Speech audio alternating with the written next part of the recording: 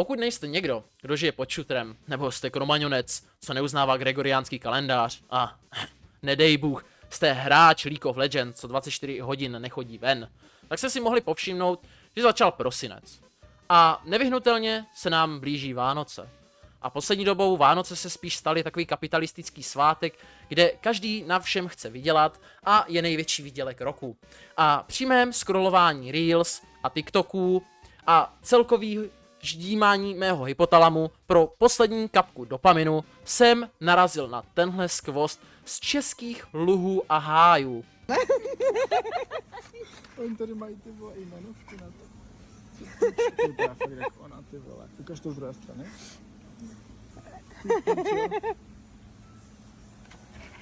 Jsme v Kauflandu, jo?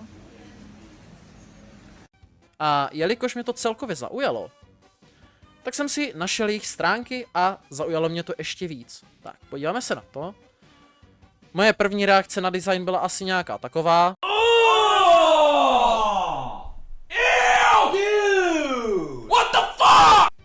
Tak se jdem na to podívat. 230 korun mě za to připadá jako přepal. Moderní Venuš je dnešní doby vhodná pro všechny milovníky velkých perníků. Dal bych si perníček. Ale ne ten pardubický. Je 10 z 10 jako dárek pro sebe i pro kamarády. No, tak jako nevím, jestli 3D vytisklá píčovina za 200 je jako ideální dárek pro vás i pro kamarády, ale tak jako proti gustu žádný disputát. Vykrajovátko vykrojí postavu a vytlačí špeky. Super. Vyrobeno na posvátné 3D tiskárně v dechberoucím odstínu červánku. A tohle mě zarazilo, tohle mě zaujalo, tohle rozsvítilo moje receptory v mozku a řekl jsem si, sakra, já vlastním pár 3D tiskáren a trošku díl už se tomu věnuju. A momentálně vlastním 4 3D tiskárny, 3 FDM a 1 SLA. A jelikož mám asi 3, možná 4 roky už s tím zkušenosti a staral jsem se o 3D tiskárny i ve škole, tak bych řekl, že mám už nějakou zodpovědnost v tom 3D tisku a vím, co se může a co se nemůže. A řekl bych, že dávat nebo používat 3D tisk, celkově neošetřený 3D tisk, na jídlo není celkem food safe. A vysvětlím vám proč. A budu předpokládat, že tahle ta formička byla vytvořena metodou 3D tisku FDM, což je nejvíce používaná a nejvíce rozšířená metoda. A 3 takový základní materiály pro tuhle metodu jsou PLA, PETG a ABS. A předpokládám, že tohle bylo zhotoveno, nebo se zhotovuje v PLAčku, protože je to nejjednodušší a nejvíce rozšířený materiál, který tady můžete zehnat. PLA, nebo kyselina polymléčná, je na papíře food safe materiál. Ale v čem 3D tisk food safe není, je to, že když tisknete, vytváříte jednu vrstvu na druhé a tím pádem tvoříte členitý povrch. A když ten členitý povrch budete přímo používat do jídla, tak věřte tomu, že mezi těma vrstvičkama jednotlivýma v těch škvírkách a v různých těch imperfekcích, co ta 3D tiskárna vytvořila, se vytvoří plíseň. Tomuhle se dá předejít tím, že použijete food safe resin a celkově zalijete ten 3D tisk a snažíte se eliminovat ten členitý materiál. Doporučuji se podívat na tohle video od Průši, krásně to tam rozebírá a abyste nemuseli poslouchat moje japování. Tak. Další, v čem vidím takovej problém, je ten materiál samotný. Ano, PLAčko může být food safe materiál jako takový, jenže ten přímý pigment, co je v tom PLAčku zamíchaný, může být škodlivý. Řekněme nějaký PLAčko, přímo granulky, nějaký neutrál, který není vybarvený, který nemá barevné pigmenty, food safe může být. Ale pokud se tam přidávají nějaký pigmenty nebo koloranty, může se stát, že to food safe už nebude. Některé PLA materiály mají na sobě přímo napsané, že jsou food safe. Já jsem se s nima ještě v reálném životě nesetkal, ale vím, že takové existují.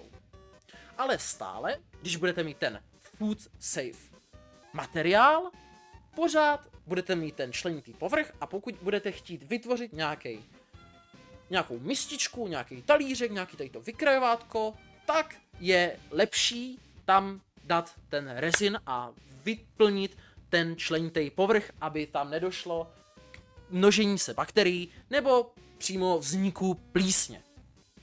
Další problém, co tak vidím, je přes co se to tiskne. A většinou jsou to mosazní trysky. A mosaz je slitina mědi a zinku. Měď a zinek jsou v malých množstvích a v malých dávkách pro tělo užitečné kovy. Jenže to nejsou jediný kovy, co se nachází v mosazi. V mosazi se dál vyskytuje arzenik a olovo a to je opravdu něco, co v těle nechcete. A jak se tomu dá předejít, je tak, že vyměníte mosaznou trysku za nerezovou, protože nerez je celkově food safe kov. A hlavně se nerez neuvolňuje tak do toho plastu, tak jako ta mosaz.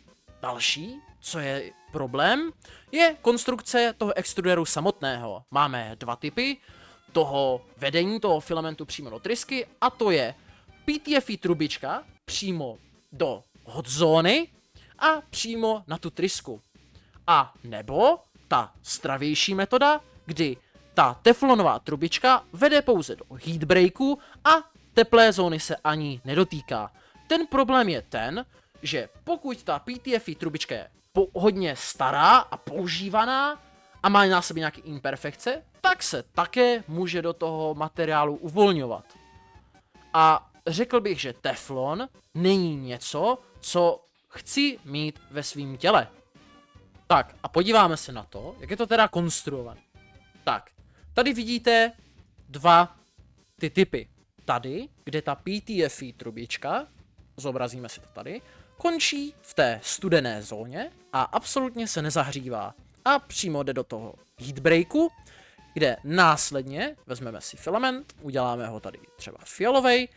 Filament projíždí přímo do té trysky a ta PTFE trubička se absolutně neopaluje. A předává přímo ten filament, aby klouzal tady po té stěně toho heatsinku. Jo? A tohle je ta zdravější metoda, lepší, která nebude se opalovat ta posraná PTFE trubička, nebude vám to smrdět a hlavně se nebude uvolňovat ten teflon. Tady, tahle metoda, která už teď je většinou pouze na těch levnějších 3D tiskárnách, ale už celkem taky mizí, protože už je standard dávat přímo ten metalický heatbreak, kde končí přímo ta PTFE trubička, tak tady u téhle metody je sice taky ten heatbreak, ale vede a je průchozí pro tu PTFE trubičku, aby přímo přilehla na tady tu trysku. A tohle je právě ta teplá zóna, tady je někde schovaný tepelný tělísko, který to celý ohřívá. A tahle metoda je ta horší, která je smradlavá a uvolňuje se ten teflon. A tohle rozhodně ne. Takže pokud to netisknou na nějakých tiskárnách, kde je zajištěná přímo první metoda, kde ta PTFE trubička nepokračuje až přímo do té teplé zóny, tak se vsadím za to, že ten teflon se v tom bude taky nacházet. Ale předpokládám, že pokud to dělá nějaký businessman, co tomu asi strašně rozumí, tak bude mít nějakou lepší tiskárnu, předpokládám nějakou bamboo labku nebo i toho průšu.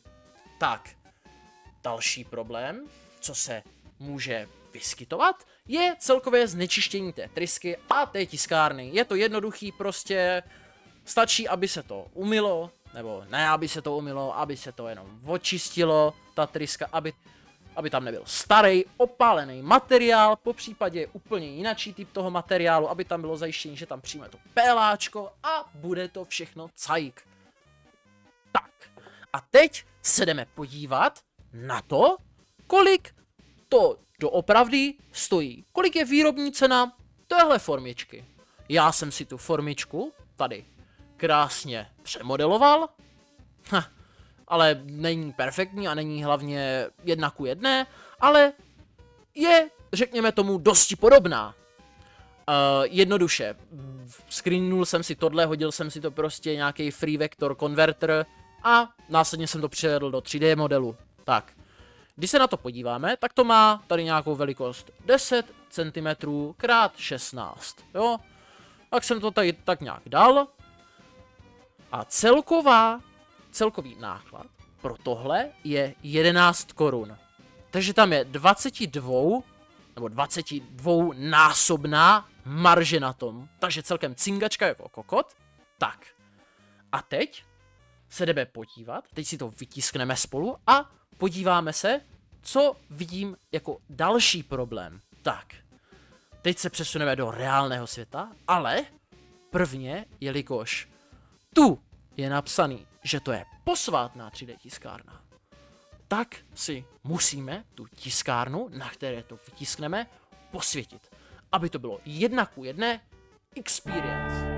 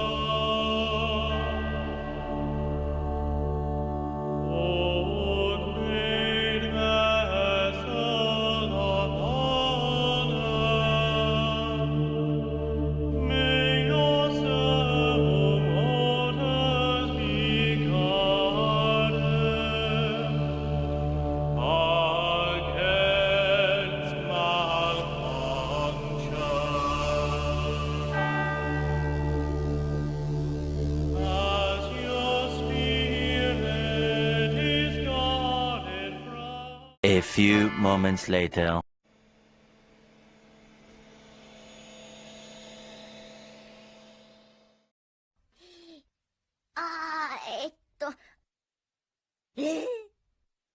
OK, tak máme ten krásný skvost Sugar Danny vykrajovátko vytištěný, tak ho sundáme z podložky. Tak. Další věc, co když se nedodrží a může být celkem problém, je to, že ten 3D tisk není očištěný. Jo? Takže si ho očistíme. Utrhnu tady excessive materiál. Tak. A i tak, když se na to podíváte, tak tady vidíte různě malý vlásečky, tady ty vlásečnice. Nebo tady to stringování, jak se tomu říká. A tohle, když se taky z toho nesundá, tak to budete mít výdle. Takže co se dělá, je to, že vezmete hořák nebo jakýkoliv zapalovač a vlastně to opálíte, aby ty vlásečnice z toho zmizely. Tak. Opálíte to řádně, aby to tam nebylo. Ale i tak, když to opálíte, tak tady jsou pořád nějaký malinký pozůstatky z toho. Jo? Takže v tomhle hlavně bacha a jako jestli tam při těch nebo tady těch vykrajovátkách Sugar Danny tohle nebylo jako provedeno, tak budete mít plasty v jídle. A takhle, někdo může namítat, že hele, ale však jako ta tvorba bakterií tam nemůže vzniknout, když to jako umyju. Jako, hele, já vám to řeknu takhle. Tohle je PLAčko a předpokládám, že použili PLAčko taky. Tohle je voda, co jsem si načepoval, prostě horká voda, jo, protože bakterie umírají asi v nějakých 60 stupních, jo. Řekněme, tohle je prostě horká voda, co jsem si načepoval a je to, a řekněte, že to umyjete v teplé vodě, jak prostě nádobí, jo, OK, tak položíme to do teplé vody a řekněme, že to budeme umývat, jo. A co se stane, když to tam necháme, řekněme, že to teda zneutralizuje ty bakterie a vytáhneme to, a co se stane? No, oh shit, no, ty vole, ono se to zničilo. No a jste o 200 chudší, protože pHčko má nějakou teplotu, nebo ne tání, ale teplotu změkčování někdy na nějakých snad 50 stupních už. A tohle je prostě voda horká, co jsem načepoval z kohoutku. Jo, trošku kouří, ale pořád do ní můžu dát ruku a jsou úplně v pohodě. No, a krása. A jste o 200 chudší. Jo, krásně. Tak. A můžete to vyhodit. Jo. Takže tady jsem demonstroval krásně, co s tím hlavně nemáte dělat, nebo jako když si to koupíte, je to na vás, ale abych si to teda být váma nekupoval. No a máte to zničený a máte 200 vyhozený. Teoreticky by to mohli tisknout s peláčkem, teda s PTG, ale předpokládám, že to je s peláčkem tištěný. No a jste chučí o 2 kila. No a to je tak vše, co jsem vám chtěl ukázat tady tímhle experimentem. A zpátky na můj počítač. OK, tak sami jste viděli, co to udělá s tím horká voda, a kdybyste to chtěli umít, a nebo to dezinfikovat jako horkou vodou, aby tam nebyly bakterie, sami jste viděli, že se to zničilo a reálně to tu teplotu nevydrží. OK, teoreticky můžete namítat to, že to umyjete studenou vodou a použijete saponát.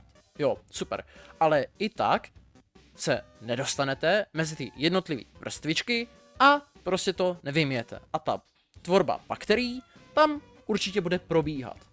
Pokud to neumíte už vůbec a strčíte to někam do šuplíku na rok, na další Vánoce, tak věřte, že tam bude plíseň a nebo tam budou přemnožený ty bakterie. Jako tohle celý video je jenom teoreticky moje spekulace. Moje spekulace, že to tisknou s peláčkem, nevyměňují trysku a že tam budete mít mikroplasty a že to bude neočištěný a teda, co jsem tady všechno řekl. Jo, OK, je to jedna moje velká spekulace, jenže za tady tím webem stojí člověk, který byl, nebo dělal z Sugar Danny i ty její ochucený, nebo ten jejich ochucený vzduch, kde, tady si najdeme, kdo to dělá teda, stojí zatím, se tady podíváme na ty kontaktní údaje, tak zatím stojí Patrik Machala, a když jsem si dal Patrik Machala do vyhledávání, tak mě to našlo tady web Anti-YouTuber a přímo tady odkaz na stránku, nebo na článek, kde vlastně Patrik Machala stál za tím ochuceným vzduchem, kde slibovali nějaký benefity z toho, že budete vlastně kouřit vaporizéry. Což mně přijde, nebo toto je jako extrémně shady a jako doslova toto byla absolutní snůška hoven a nedivil bych se, že tady jako s tímhle jako ty nějaký zdravotní opatření jako nebyly tady jako vůbec dbány. Takže předpokládám, že to bude nebo že moje, tady co jsem řekl, tady ty předtuchy nebo moje spekulace, tak budou pravdivý, bych řekl. A jestli ne, tak se opravdu omlouvám, ale spíš mě to připadne, že moje předtucha nebo tady ty moje spekulace jsou pravdivý. Taky údajně za tím webem nebo za tím projektem údajně nestojí Sugar Danny.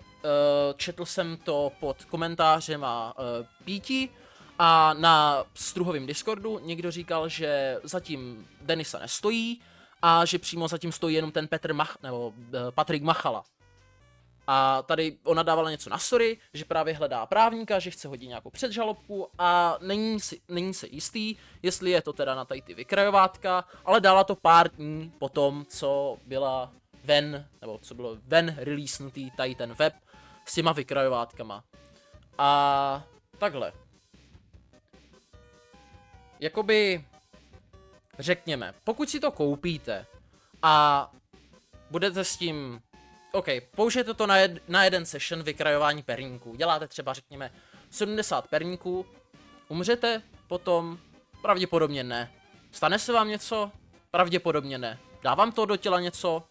Možná, ale celkově tady tenhle produkt není do budoucnosti. Jako řekněme, že ho použijete tyhle Vánoce a příští Vánoce ho vytáhnete a řeknete si, o můj bože, já si jdu udělat tady tyhle perníčky tady s tím vykrajovátkem, co jsem koupila minulý rok. Jo? Vytáhnete to a uvidíte to, že, nebo může se tam vytvořit plíseň, pokud to dobře neumějete, a nebo tam nebude nic, ale budou tam bakterie. A vy si řeknete, oh shit, tak já to teď budu umít a stane se vám to, co jsem vám ukázal na videu, že to péláčko, nebo ten materiál, z čeho to je vytisknutý, prostě nevydrží. A není to, nebo tady ty 3D výtisky, který i tak, když je okoutíte tím rezinem, ošetříte je tím rezinem, tak pořád nejsou dobrý to dávat do teplé vody a nebo taky do myčky. Protože v myčce je taky horká voda a skroutí se vám to. Takže teoreticky tohle je reálně dobrý na jedno použití a pak to můžete jako vyhodit. Hele, já nejsem tady, abych vám říkal, co máte a co nemáte kupovat a já jsem tady jenom abych upozornil, že tam je nějaký riziko toho a určitě ten 3D tisk, pokud teda fakt neudělali nějaké opatření, není zdravej ho stýkat s jídlem. A jestli jakoby přímo za tímhle stojí Sugar Danny, jakoby mně je to upřímně ukradený. Mně ta holka je upřímně ukradená, drama ohlednění nesleduju, nejsou Final Boss Balenciágy Hajzet a ani reakční kobly Sibiřan, anebo další reakční kanál. Mě to zaujalo, protože je to 3D tisk a 3D tisk je něco, čemu se věnuju. A to by bylo tak všechno, díky za pozornost a fuck off.